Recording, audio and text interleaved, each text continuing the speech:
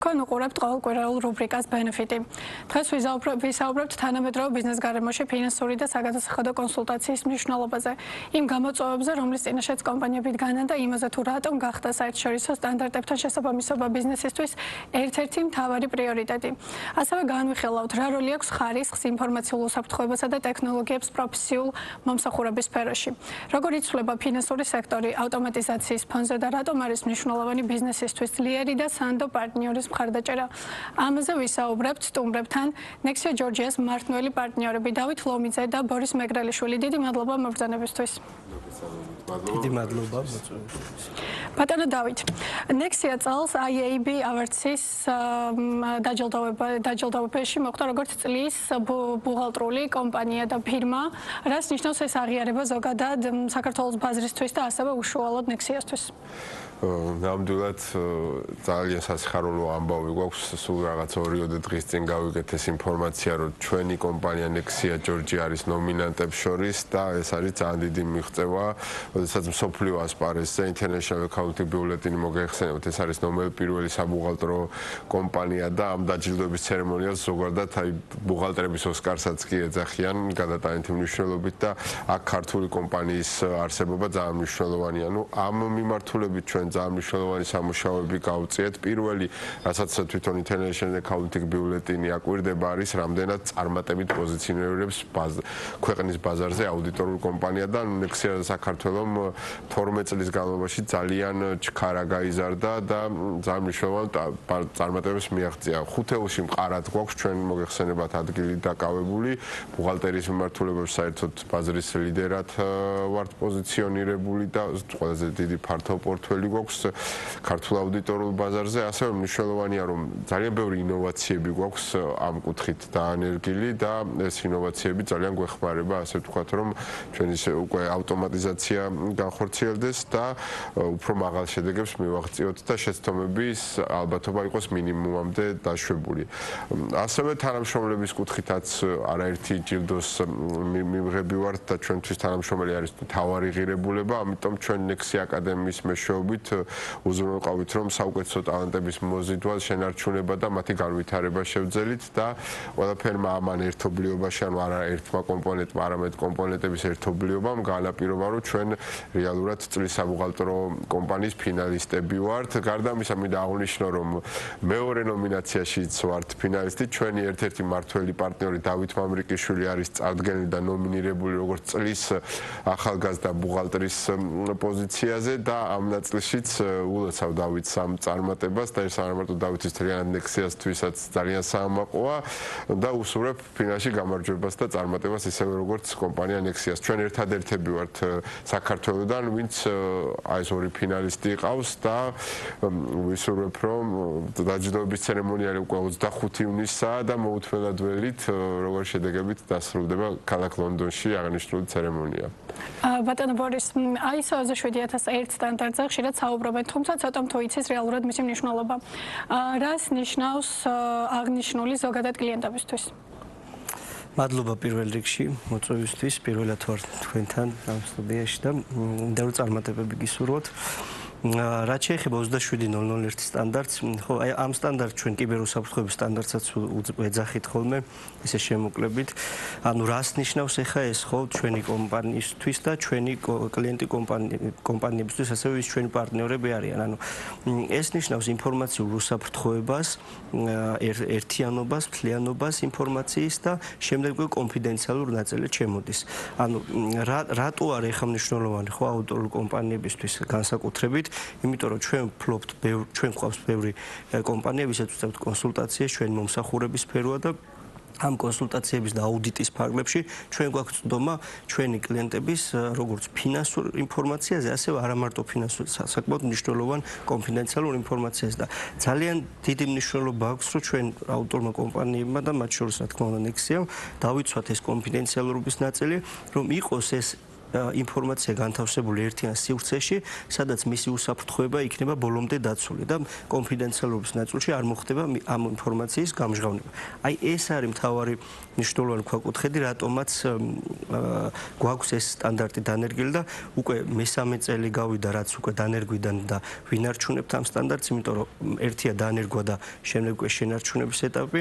ყოველ წელს გავდივართ აუდიტს და ეხა აგვისტოში ველოდებით სხვათა შორის აუდიტორებს პოლონეთიდან ჩამოდიან და მათთან ერთად გავვლით კიდევ ერთხელ ამ პროცესს და საბოლოო ჯამში წინა ორმა აუდიტმა საკმაოდ წარმატების ჩაიარა, მეორე აუდიტის შემთხვევაში უკვე ფაქტურად შენიშვნები ნულამდე იყო, მინიმუმამდე იყო დაყვანილი და ველოდებით რომ ამ აგვისტოსაც მოკლედ ამ ნაწილში გავვლით ამ ყველაფერს. კიბერუსაფრთხოება და მონაცემთა დაცვა ეს კონკურენტული უპირატესობა თუ უკვე მინიმალური აუცილებლობა ნებისმიერი კომპანიისთვის? აი ნებისმიერი კომპანიისთვის ცოტა ჯერ ალბათ ადრე ამ ეტაპზე მაგაზე საუბარი, თუმცა რაც შეეხება კონკურენტული უპირატესობა, ალბათ უფრო ჩვენი კლიენტების უნდა ვკითხოთ და შეაფასოთ. თუმცა მე ჩემი გადმოსახედიდან სუბიექტური აზრით თქვა თუ ჩემი აზრი რომ გამოვთქვა, როგორც კლიენტის გადმოსახედიდან, რა თქმა უნდა, ჩემთვის მნიშვნელოვანი იქნებოდა, რომ ჩემი ინფორმაცია ისეთი აუდიტორული კომპანიისთვის გამიზიარება, სადაც დარწმუნებული ვიქნები, რომ ეს ინფორმაცია, მით უმეტეს კონფიდენციალური ინფორმაცია არ იქნება ხელმისაწვდომი სხვა მესამე მხარესათვის და იქნება დაცული ეს ინფორმაცია და რა თქმა უნდა ეს კონკურენციის კუთხით მნიშვნელოვანია. რაც შეეხება ეხლა თვითონ ამ სტანდარტს, ანუ ზოგადად მოვიხსნათ, ანუ მიზანი ამ სტანდარტის საბოლოო ჯამში ეს სტანდარტი სავალდებულო არის ეროვნული ბანკის რეგულაციებიდან გამომდინარე, მაგალითად ფინანსური სექტორისთვის სავალდებულოა და მათ აუდიტსაც ატარებენ ყოველწლიურად და ასე შემდეგ. ჯერ ამ ეტაპზე არსებობს კანონით, სხვათა შორის, რომელიც არეგულირებს, რომ გარდა ფინანსური სექტორისა სხვა კომპანიებსაც დაევალდებულება დაეკისროს, რომ კონდეს ეს სტანდარტი, თუმცა რამდენჯერმე გადაიდო ამ კანონს მაგრამ უახლოეს მომავალში ალბათ ეს კანონი მაინც მიიღება და უკვე ალბათ სავალდებულოც გახდება და ეს იქნება მინიმალური მიზანი ალბათ ამ შემთხვევაში. ხო რას თქვენ ახსენეთ და ანუ ეს ერთია რომ სავალდებულო შეიძლება გახდეს და მეორე კიდე არსებული მდგომარეობა და ხო ტექნოლოგიურ ისეთ ეპოქაში ვცხოვრობ, ტექნოლოგიურ ეპოქაში, რომ რა ვიცი, ყოველ თვე ფაქტიურად AI-ის ახალი ვერსიები გამოდის, განვითარებული ვერსიები და იმდენად განვითარებულია წინასთან შედარებით, ზოგიერთი საერთოდ დაიბლოკა კიდეც, რომ ზუსტად იმიტომ, რომ ფინანსურ სექტორში და ბანკებთან მიმართებაში შეიძლება გარკვეული ინფორმაციის ხელმისაწვდომობა ქონოდა ამ AI-ს და თქვათ იმ კიბერუსაფრთხოების სტანდარტებს ვერ დაეცვა მისგან შესაბამის ბანკები ან სხვა ტიპის ფინანსური ინსტიტუტები ინფორმაციის გამჟღავნებისგან და აი როცა ამ რეალობაში ვცხოვრობთ, ხო, საბოლოო ჯამში ალბათ მივალთ იმ ეტაპზე, რომ ეს მინიმალური მოთხოვნა იქნება უკვე არა მარტო ფინანსური და ბუღალტერული და აუდიტორული კომპანიებისთვის, არამედ ყველა კომპანიისთვის სამომავლოდ, რავი, ესე მგონია. ბატონო დავით, რამდენად მნიშვნელოვანია საერთაშორისო ქსელში ყოფნა ქართული კომპანიებისთვის, განსაკუთრებით პროფესიული მომსახურების სფეროში? მადლობა, საინტერესო კითხვა არის ნამდვილად. საერთაშორისო ქსელში ყოფნა დაამნიშნელოვანია შემდეგ გარემოებების გამო. ჩვენ მუდმივად გვაქვს ქსელის კომპანიებს ერთმანეთთან კავშირი, მუდმივად ხდება სიახლეების, გამოცდილებების გაზიარება, არაერთი საერთო კონფერენციას ვატარებთ და ამ შემთხვევაში ხდება მაგალითად დასავლეთ ევროპის გამოცდილების საქართველოში ან კავკასიის რეგიონში შემოტანა შემდგომ ჩვენ ვეხმარებით ჩვენი გამოცდილების ცენტრალურ აზიაში გატანას და სხვათა შორის ამ ნაწილს ძალიან აქტიურად ვიხილავთ უზბეკეთის ბაზარს და ძალიან აქტიური თანამშრომლობა გვაქვს ახლა ესე ვთქვათ შუა აზიის ქვეყნებთან და ამიტომ ანუ ჩვენ საკარზე ვიმყოფებით ევროპას და აზიას შორის და აი ორივე მხარესთვის ქართული ოფისი მაგხრევა ძალიან მნიშვნელოვანი და ჩვენთვისაც ისინი არიან ძალიან მნიშვნელოვნები, რომ ასე ვთქვათ ურთიერთობის გამოცდილების გაზიარება ხდება. ჩვენ შემდეგ გარკვეული პროექტები შუა აზიაშიც გვაქვს და ამ გამოცდილებებს იქაურებსაც უზიარებთ და ასევე გარკვეულ შემთხვევაში ევროპელი კოლეგები ჩართული გვყავს სხვადასხვა ვთქვათ პროექტებში აქაც და ამ ხრივ ძალიან მნიშვნელოვანია ქსელის წევრობა, განსაკუთრებით ისეთი ქსელის, რომელიც ამ გამოცდილებას და სტანდარტებს ერთმანეთს ძალიან მაღალ დონეზე აზიარებს.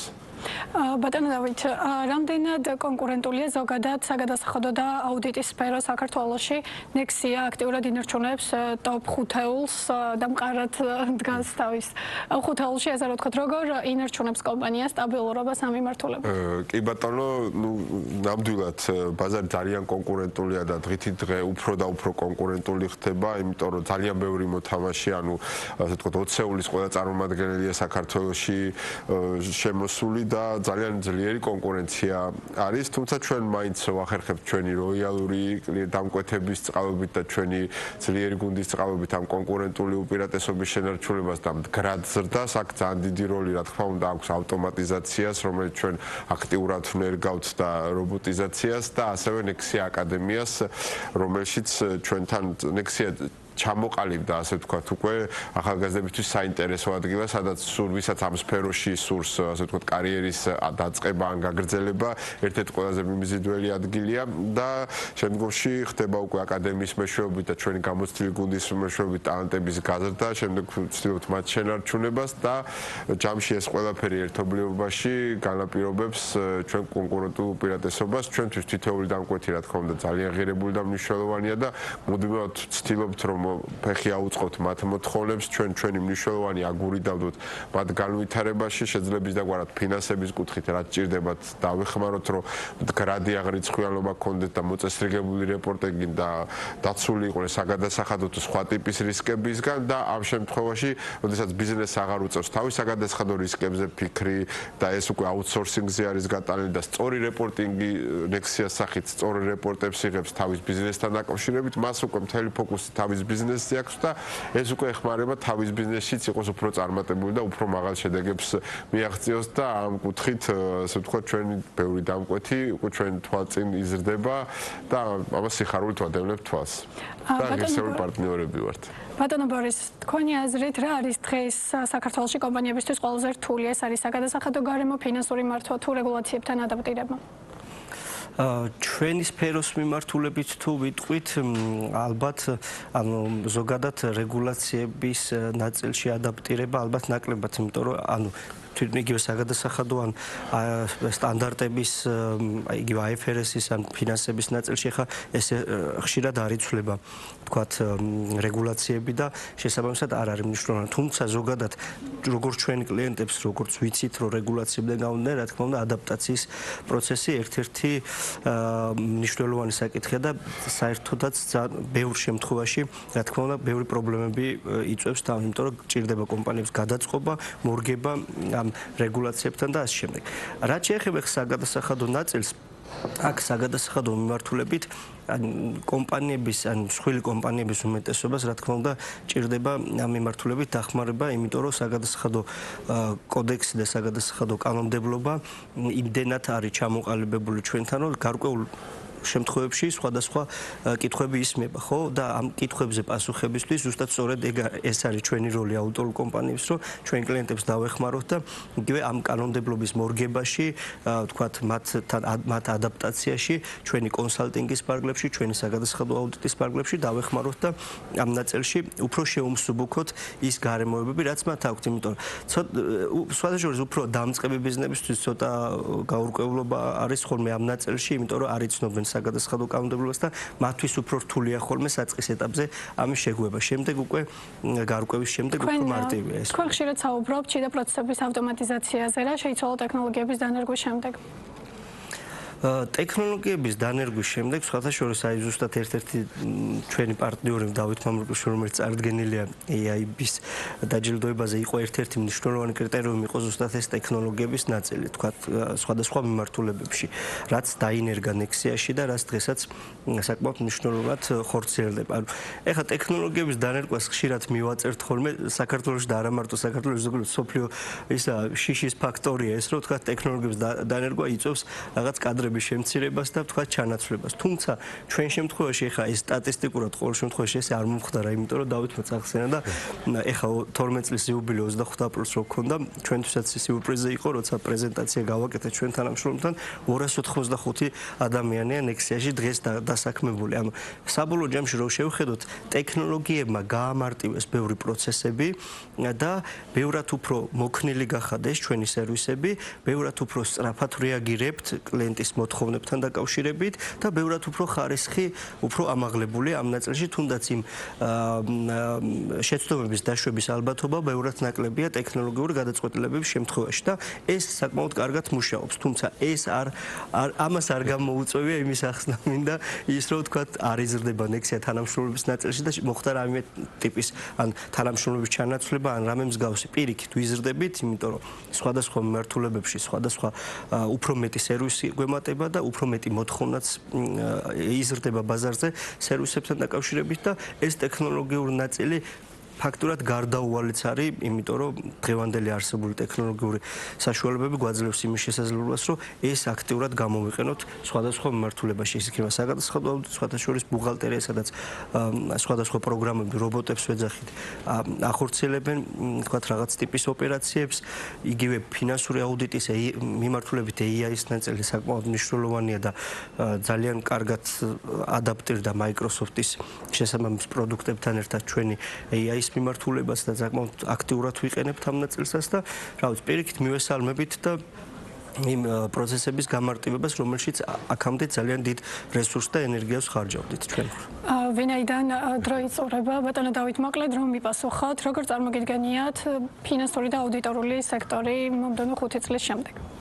როგორია თქვენი მოდელი? საინტერესო კითხვა, რა თქმა უნდა, ანუ პირველ რიგში რაც გვახსენდება ამ დროს არის AI-ის გავლენა, იმიტომ რომ მომდევნო 5 წელში ალბათ მნიშვნელოვანი გავლენა ექნება.